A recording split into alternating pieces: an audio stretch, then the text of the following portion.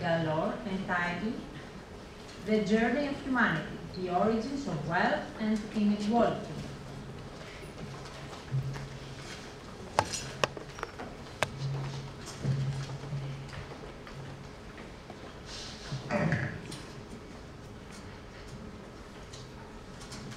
Professor Dimitris Baradonis, Rector, Professor Vangelis Vassilatos, Head of the Department of Economics, Professor George Economidis, Head of the Department of International and European Economic Studies, esteemed faculty, colleagues, ladies and gentlemen. With profound gratitude and utmost humility, I am humbly accepting this distinguished honor from your highly distinguished and prestigious university.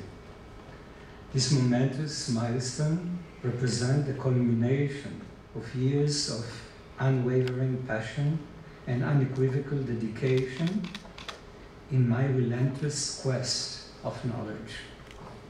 As a scholar who devoted a significant portion of his career to the understanding of the long-lasting influence of history, it is especially gratifying to receive this honorary degree in the captivating city of Athens, a cradle of human civilization whose legacy has been inspirational for thousands of years.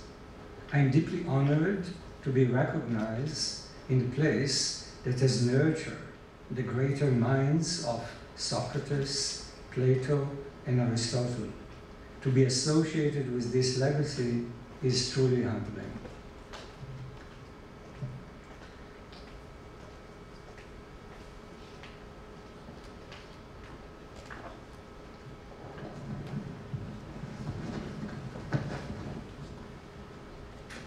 So my lecture today will be devoted to what I define as the journey of humanity, the origins of wealth and inequality. Well, the journey of humanity, in fact, explores the evolution of human societies since the emergence of anatomically modern human in Africa nearly 300,000 years ago.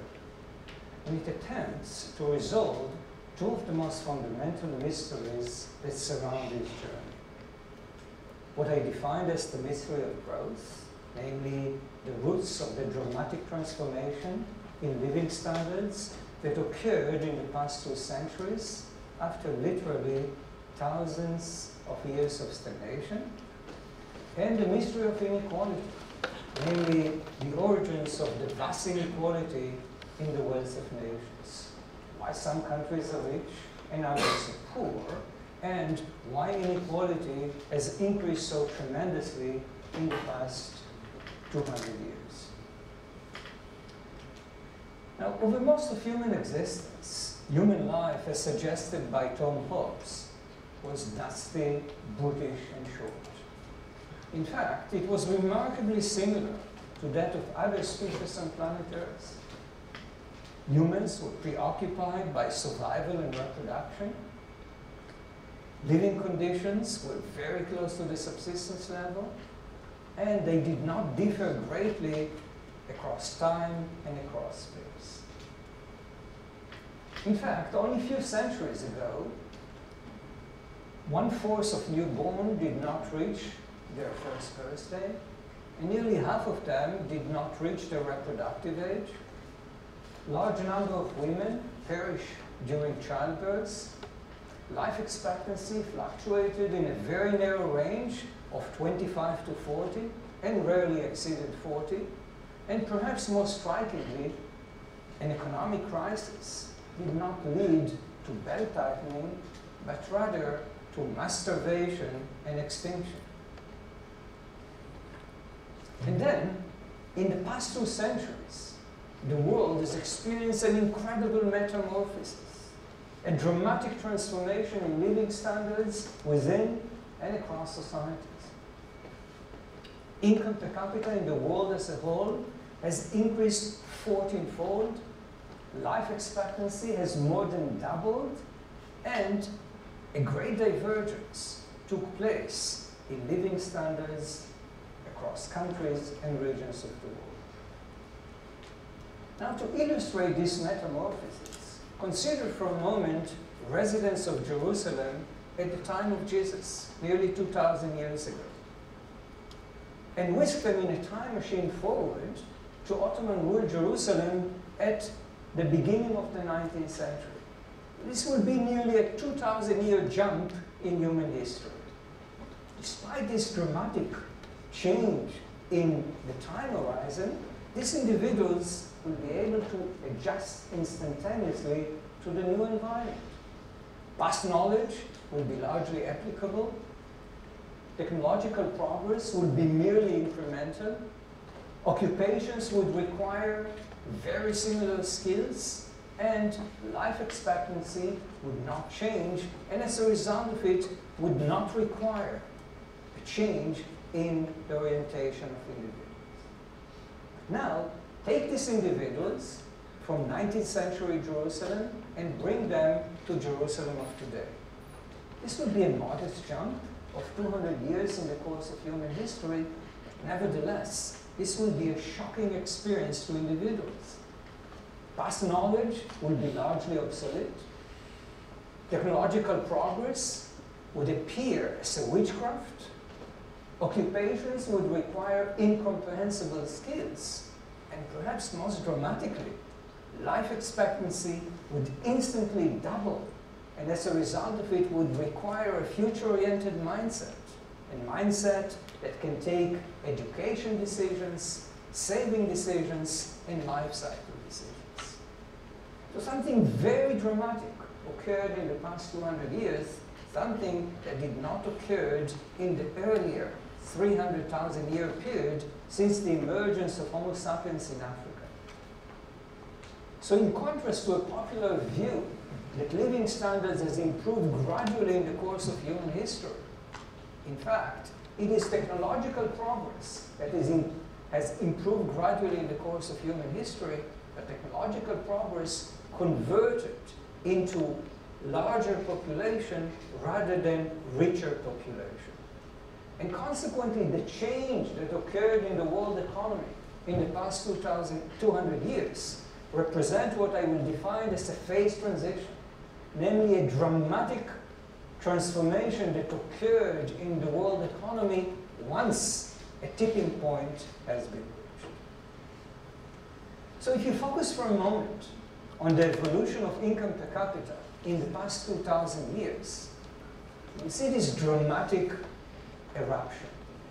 Income per capita is very close to the subsistence level over most of human existence. And then, in the course of industrialization, we see this dramatic spike in living conditions, a 14-fold increase in income per capita in the world as a whole. Now, in fact, if I would take this figure and I would delete the labels from the x-axis and the y-axis, and I would present this figure to a random scientist, and I would ask this random scientist to suggest what this picture represents, most people will suggest that this is perhaps the outcome or the output of a seismograph that detects tectonic activities. And what we see here is a major eruption. And this is indeed a major eruption, but eruption in living standards. Income per capita is in a state of stagnation for nearly 300,000-year period. And then suddenly, something very dramatic occurred in the world economy, and we see this dramatic improvement in living standards in the past 200 years. But interestingly, when this takeoff is taking place, it does not take place at the same time period across the globe. Some societies are taking off at the beginning of the 19th century and even earlier, others only recently. And since this takeoff is associated with a 14-fold increase in living standards, an incredible divergence is emerging in the world economy. So if you look at the inequality in the world, around the year 1800, inequality is negligible. If you focus on inequality across the globe today, inequality is vast.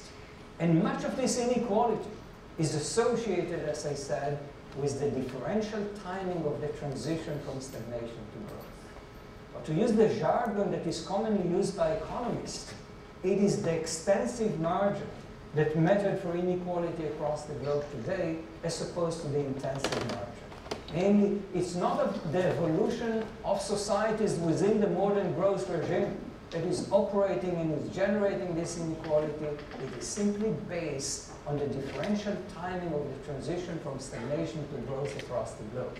Some societies are taking off earlier than others, and enormous inequality is generated across the globe. But when we think about these two fundamental mysteries, the mystery of growth and the mystery of inequality, it is quite apparent that the resolution of these mysteries holds the key for the designs of policies that can mitigate inequality across the globe. It will require naturally the identification of the forces that permitted first the transition from stagnation to growth. But in addition, it will require the identification of the forces that permitted the differential timing of the transition across the globe. Namely, the identification of historical and prehistorical forces that place different segments of humanity in different positions at the beginning of the 19th century, permitting some societies to take off and others to remain behind. So when you think about the inequality as we see it across the globe today, as I said, much of it is predicated on forces that operated in the distant past. Hundreds of years ago, thousands of years ago, and as you will see momentarily, even tens of thousands of years ago.